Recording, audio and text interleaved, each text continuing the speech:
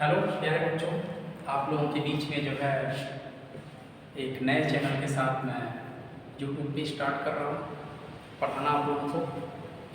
और इस चैनल पे जो है विश्वविद्यालय के सिलेबस के अकॉर्डिंग कितनी परीक्षाएं हिस्ट्री से मतलब जो हो रही हैं उसके बारे में आपको बताया जाएगा।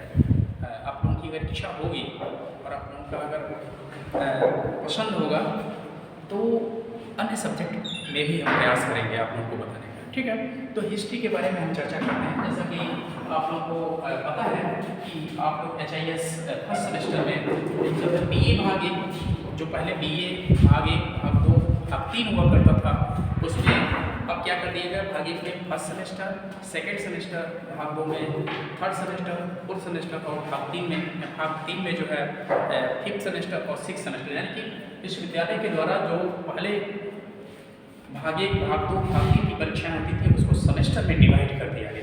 ठीक है, और इस क्रम में आप लोग जो है HIS फर्स्ट सेमेस्टर को क्लियर कर चुके हैं, उसका रिजल्ट भी आ चुका है, रिजल्ट बहुत अच्छा रहा है। और आप लोगों के अनुरोध पे जो है मैं एक यूट्यूब पे एक चैनल बनाया हूँ आप ही लोगों के आग्रह पे, और मैं प्रयास कर रहा हूँ कि उसके थ्रू जो है आप लोगों को जो बच्चे क्लासेस करने नहीं आ पा रहे या जिनके पास समय अभाव हो वो कहीं से भी मेरे द्वारा दिए गए ज्ञान को अर्जित करके अपने जीवन में उन्नति को प्राप्त कर सकें। मेरा यही उद्देश्य है। ठीक है, आप लोगों का अधिकतम से अधिकतम विकास हो। और इस ग्रुप पे आपको बताएं कि आपके सिलेबस की अकॉर्डिंग जो है HIS 104 और HIS 105 का एग्ज़ाम जो है अनाउंस्ड है। संभवतः ये एग्ज़ाम जो है 14 अप्रैल से स्टार्ट हो जाएगा, ऐसा अभी विश्वविद्यालय की वेबसाइट पर शो कर रहा है। तो HIS 101 और 105 समय बहुत कम है और इसमें आप लोगों के सहयोग की बहुत ही आवश्यकता है। ठीक है, टॉपिक्स बहुत ज़्यादा हैं। जो HIS 101 है इसका स्टार्टिंग जो है ड्यूरेशन, अगर हम देखते हैं ड्यूरेशन की बात करें तो इसका समय जो है 1206 से आरंभ होकर 1526 तक जाता है। यहाँ तक का इतिहास पढ़ना है और इस काल को हम इतिहास में सल्तनत काल के नाम से, सल्तनत और मुगल काल के नाम से जानते हैं। यहाँ से 1226 सल्तनत काल के नाम से हम जानते हैं। ठीक है, सल्तनत काल। ठीक है, इसको ये समय जो है आप देख लो, एक बार फिर से देख लो, 1206 से 1526 तक के काल को हम सल्तनत काल के नाम से जानते हैं। और इसी समय भारत में क्या हुआ था, मुस्लिम साम्राज्य का प्रारंभ हुआ था। ठीक है, जो मुस्लिम राजवंश भारत में स्थापित हुआ था। क्योंकि आप जानते हो कि भारत के इतिहास को 3 भागों में डिवाइड किया गया है। भारत नहीं, विश्व के इतिहास को भी 3 भागों में डिवाइड किया गया है। जब वर्ल्ड हिस्ट्री का विषय हम आपको फोर्थ सेमेस्टर में पढ़ाएंगे तो वहाँ भी इस चीज़ को बताएंगे। अभी हम लोग इंडियन हिस्ट्री पर चर्चा कर रहे हैं, तो यहीं पर देखा जाए तो यहाँ पे सल्तनत काल में कुल जो है यहाँ पे 5 राजवंश हुए। कुल कितने राजवंश हुए? 5 राजवंश हुए। इसमें पहला राजवंश था आपका गुलाम वंश। क्या था? गुलाम वंश। सेकंड की बात करें, गुलाम वंश के बाद से क्या प्रारंभ होता है? खिलजी वंश। खिलजी वंश के बाद आपका प्रारंभ होता है तुगलक वंश।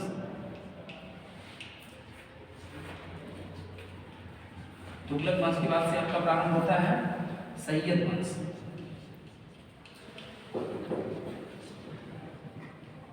और सैयद वंश के बाद आपका क्या है? लोधी वंश। ठीक है, आपने देखा कि सल्तनत काल में कुल 5 राजवंश भिन्न भिन्न काल हुए। यहाँ पे पर्टिकुलर जो व्यक्ति शासन कर रहा है वो सबके सब क्या है? गुलाम है। इसलिए इनको इस काल को हम गुलाम वंश के नाम से जानते हैं। और इसका समय जो है 1206 से प्रारंभ होता है और 1290 ईस्वी तक चलता है। कुल मतलब आप देख लो लगभग 84 वर्षों तक ये शासन चलता है। एक इसमें जो भी लोग शासन किए वो कहीं न कहीं किसी न किसी के गुलाम थे, इसलिए इसको हम गुलाम वंश के नाम से जानते हैं। उसके बाद से राजवंश शुरू होता है खिलजी वंश का, और इसका ड्यूरेशन जो है 1290 से प्रारंभ होता है और कब तक चलता है? 1320 ईस्वी तक चलता है। 1320 ईस्वी के बाद से खिलजी वंश का क्या हो जाता है? अंत हो जाता है। फिर तुगलक वंश, फिर सैयद वंश, फिर लोधी वंश। क्योंकि समय थोड़ा सा कम है, एग्जाम आप लोगों का बहुत नज़दीक में है, इसलिए समय को देखते हुए बहुत ज़्यादा इसमें चर्चा नहीं कर पाएंगे। यहाँ तक हम लोग पहुँच चुके हैं। तो तुगलक वंश हम लोग खिलजी वंश तक हम लोग समाप्त कर चुके हैं और तुगलक वंश में अध्ययन करना है।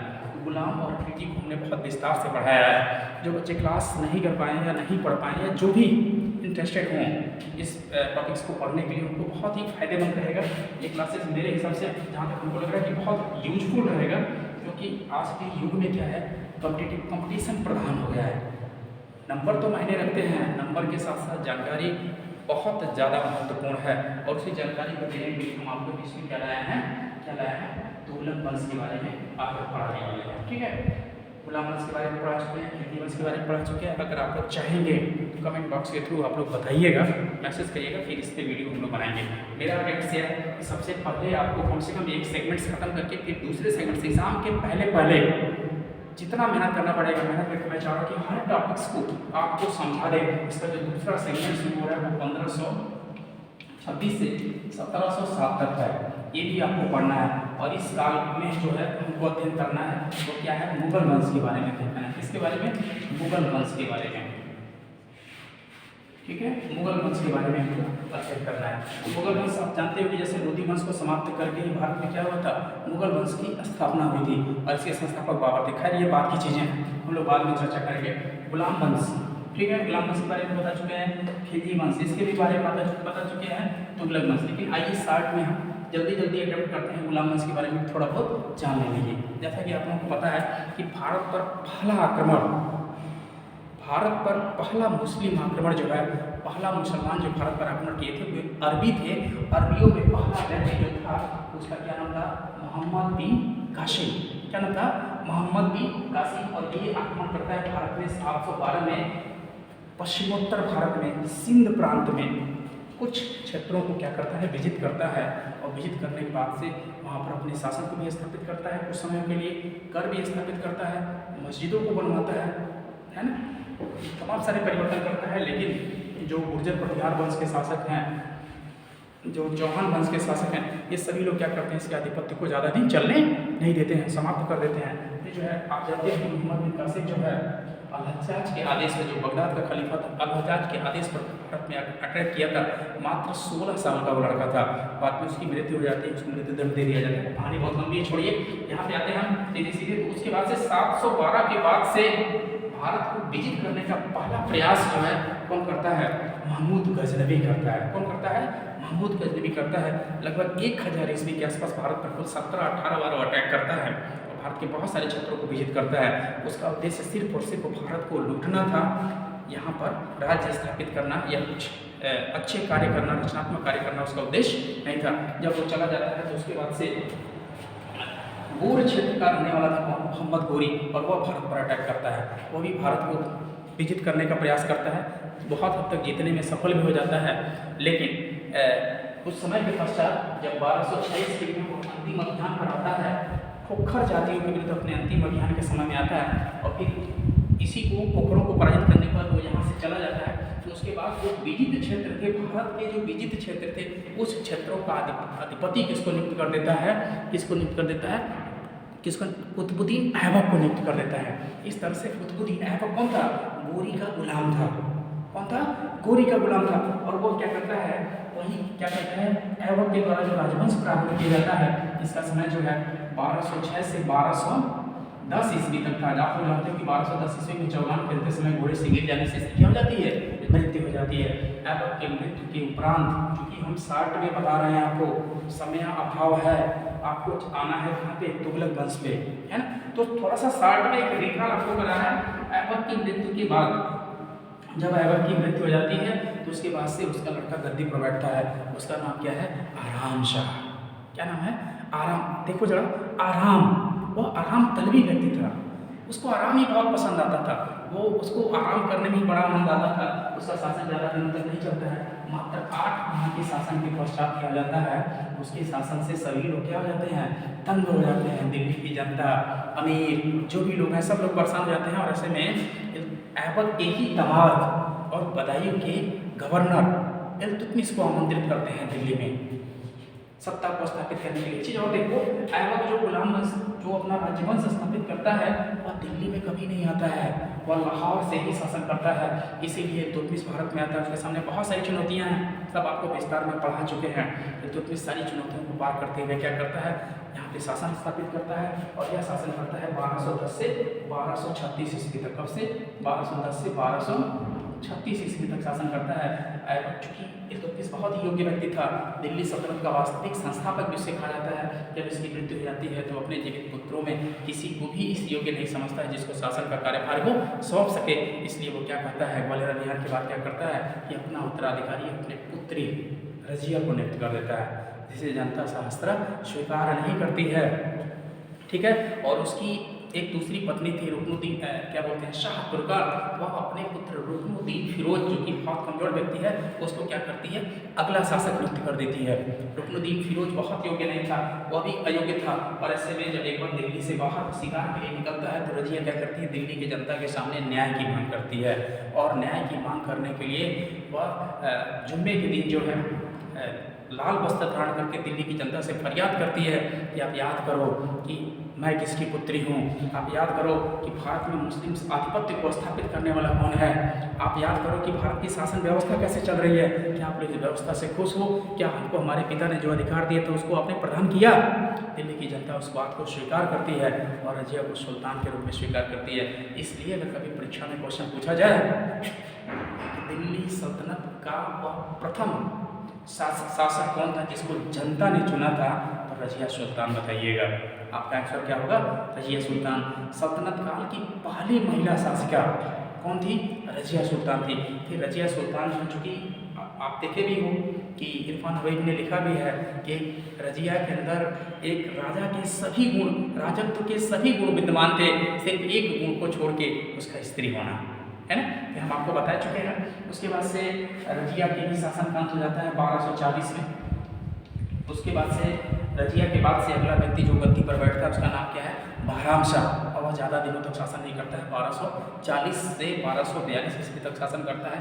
बहराम शाह के शासनकाल का एक बड़ा महत्वपूर्ण बिंदु है, उसके समय में जो है बहराम शाह के समय में नायब के पद का गठन होता है। नायब जो सुल्तान के लगभग बराबर होता था, वह भी छत्र का प्रयोग करता था, घोड़े का प्रयोग करता था, राजदरबार लगाता था। और इस नायब के पद पर नियुक्त होने वाला पहला व्यक्ति कौन था, एतगिन था। क्या नाम था उसका, एतगिन। याद रखिएगा, कभी क्वेश्चन अगर पूछा जाए कि नायब के पद का गठन किसके समय हुआ था, तो बहराम शाह के समय में हुआ था। और बहराम शाह के समय में ही एतगिन को पहला नायब नियुक्त किया गया। तो बहराम शाह का शासनकाल बहुत लंबा नहीं रहता है, मात्र 2 वर्ष तक शासन करता है।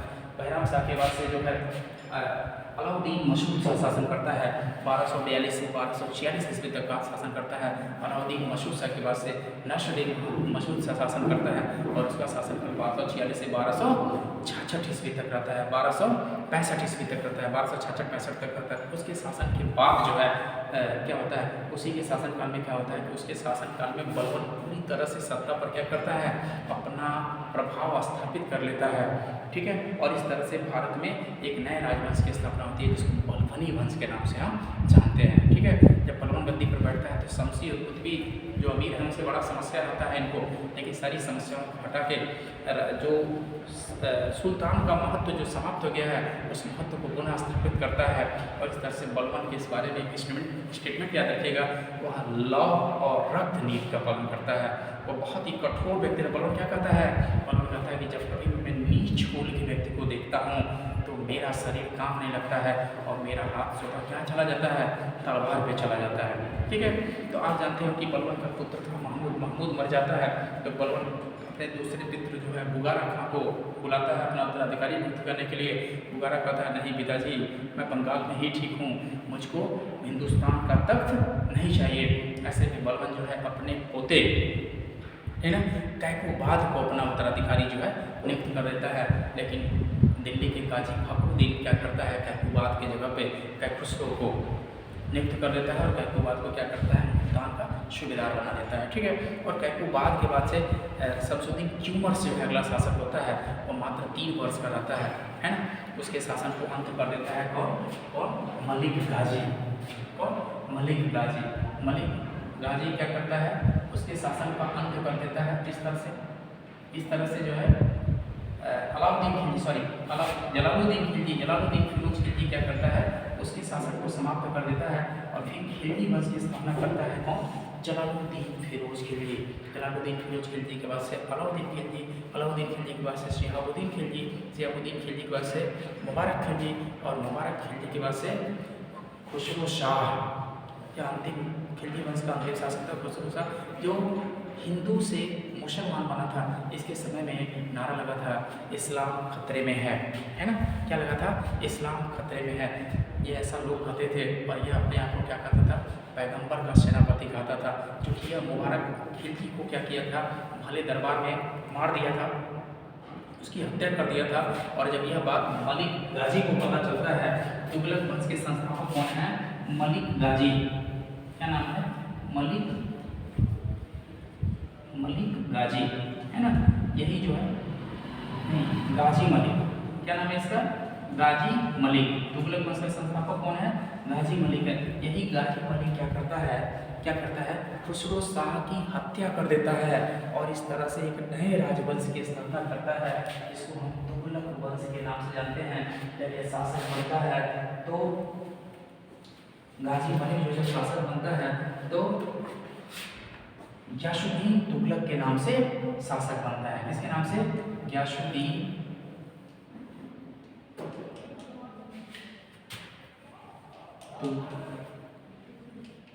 गियासुद्दीन तुगलक के नाम से शासक बनता है और एक नए राजवंश की स्थापना करता है, जिसको हम तुगलक वंश के नाम से जानते हैं। ठीक है, आज के लिए इतना ही। आप लोगों को क्लास कैसा लगा कमेंट बॉक्स में बताइएगा और जो इसमें संशोधन करना होगा उसके बारे में विचार दीजिएगा। ओके, धन्यवाद।